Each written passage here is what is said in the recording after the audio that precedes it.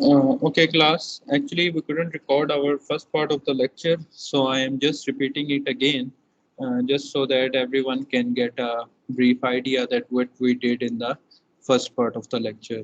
So basically, in this lecture, we were going to solve a numerical problem related to unsymmetrical bending of symmetrical section. So this is our problem. In this one, you can see that there is a beam on which two point loads are acting. Basically, it is a cantilever beam. And if you look into the cross section of this beam, you can see that these loads are acting at an inclination of 45 degree and 30 degree.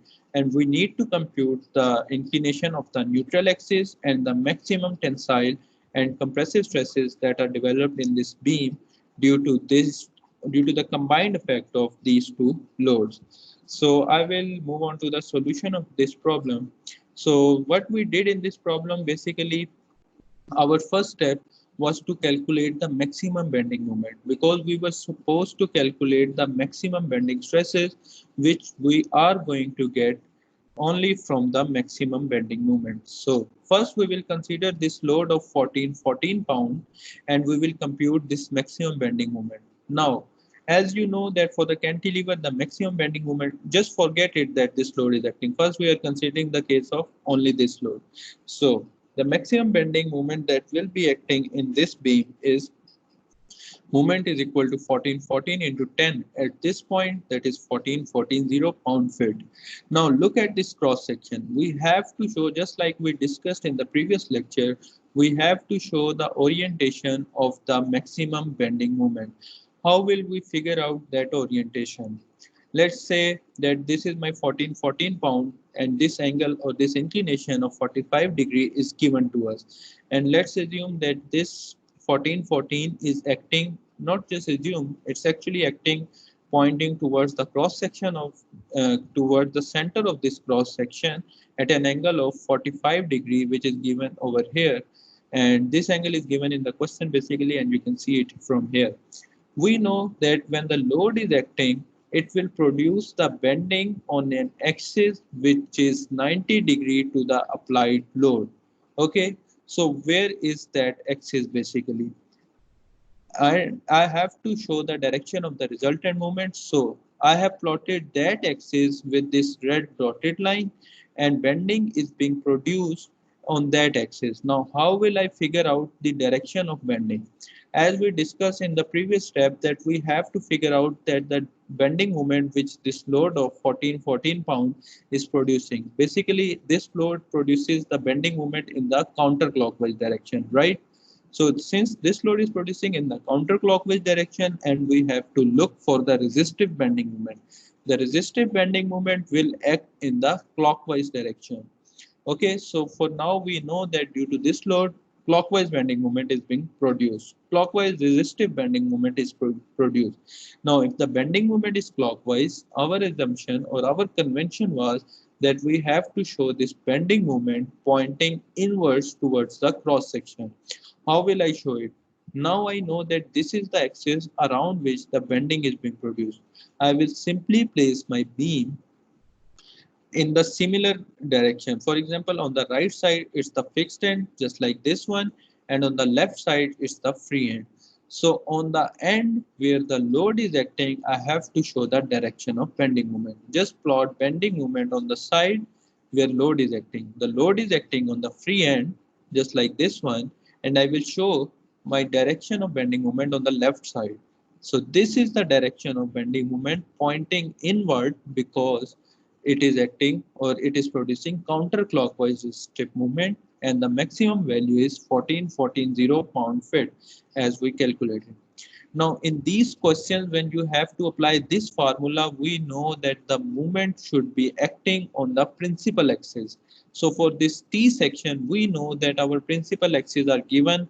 Since this is our axis of symmetry, so this is one principal axis and the other principal axis is this one. Okay, so I have to resolve my this inclined bending moment due to this inclined load into two axes which are my principal axis, that is my and mz. But for that case, I need to figure out this angle theta. It was not given in the question.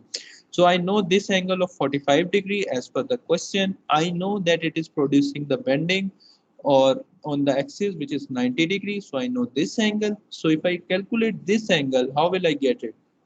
I simply apply the mathematics and I am going to get the 45-degree angle for this bending moment with the horizontal. Now I know this angle. I will resolve this inclined bending moment into two principal axes, which are my y-axis and z-axis. So my mz moment will be acting in the negative z direction and my will also be acting in the negative y direction. So I have these two moments and I will simply apply the, you can say, resolution formulas. So what will be my my component? That is 14 14 0 sine of 45, basically 9,998 pound feet, and mz will be 14 14 0 cos of 45, and it will give me the answer 9,998 pound feet. Now, this is the moments or the maximum moment on the principal axis due to the load of 14 pound. Now I have to repeat the similar step for the load of 1,000 pound. Now let's do it for the case of 1,000 pound. How will I do this? This load we know from the question is acting on the left side. Now you may ask that why this neutral axis is pointed like this one and in the previous case the orientation was different. The answer is, like I told you before, that the load will produce the bending on an axis which is at 90 degree to the applied load. Now let's say this is my axis on 90 degree to the applied load. This angle with the green line is the 90-degree angle, and the right end of this neutral axis is the fixed end and the left end is the free end. Okay, so this load, what will be the maximum bending it will be producing? You can always get this maximum bending from the bending moment diagram, and in this one you can just visually get it. So what will be the maximum bending moment? It will be 1,000 into 6, that is 6,000 pound feet.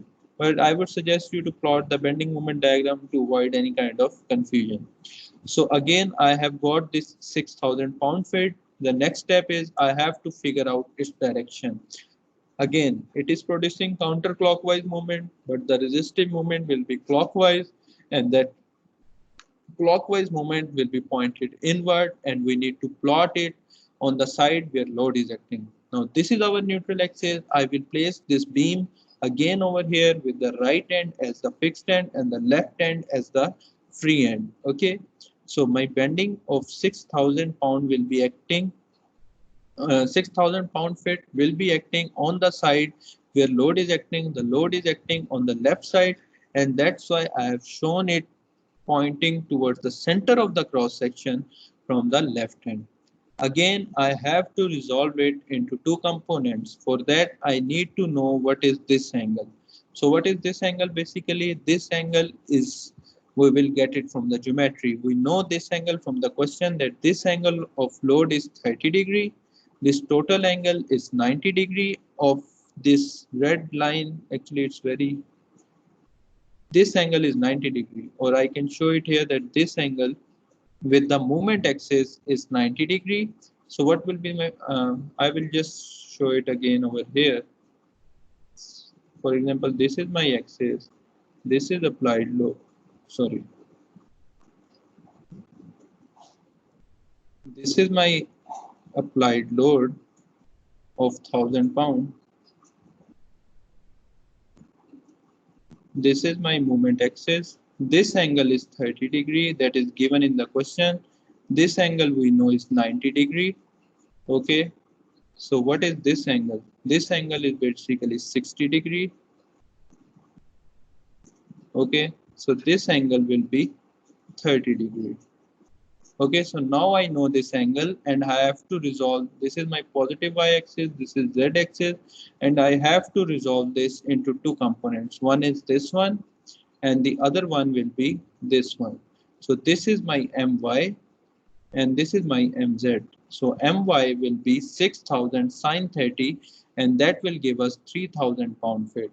And mz is 6,000 cos 30, that will give us 5,196 pound feet. So this is how you are going to get the resultant movement and transform them into two principal axes. Now I have my and mz for this case and my and mz for this case as well. So the final my and mz will be the summation of these two values. So how I am going to get this? I will simply add this. But for adding this, I have to strictly consider the directions. For example, this 9,998 is being produced by this 14 pound of load, as you can see in this figure, that this value is 9,998, and you can see from this figure that this mz is acting in the negative z direction. Okay, so here I have to put in the negative sign, and in this figure also you can see that this mz is acting in the negative z direction, so I substituted the negative sign with this one, and when I added them I got this answer, and I converted the units, and then I got this answer of minus 182.34 kipinch. Okay, and similarly for the case of my, for 14 pound load, it is acting in the downward direction or negative y direction. Okay, and in this case of 1,000 pound, you can see from this figure that it is acting in the positive y direction. Okay, so this my is acting in the positive y direction of 3,000 pounds. So due to 1414, it was in the negative direction. So that is minus 998. And due to 1,000 pound load, it was 3,000. We calculated here, and it was in positive y direction. And when we take the sum, we got this answer. And when we converted the units, we got minus 84 kipin. Now, if I show this on this graph, I am going to get this result, that my final bending moments on the principal axis due to the combined effect of these two loads are negative 182.34 on the z-axis. So that means it is on the negative z direction, just like this one. So this is minus 182.34 and negative y direction for the y-axis, and this is minus 84. So this is how I computed the moments. Now the next step is I need to calculate the inclination of neutral axis. For that, we basically derive this formula, that is tan beta is equal to iz over iy and tan theta. Now from these two moments, I know that my resultant moment will be somewhere here, and its inclination is angle theta, which is basically this angle in the clockwise direction from the horizontal. So how I am going to guess this angle theta? This angle theta is tan theta is equal to 84 over 182.34, and the tan theta is 0.4067. So I will assume that my neutral axis is at an angle beta clockwise direction with respect to the horizontal direction. Okay, so I know Iz and Iy that are for the principal axis, and they are given in the question. So these values are 112.6 and 18.7. And this tan theta which I just calculated is this one. So I got beta is equal to 70.2 degree.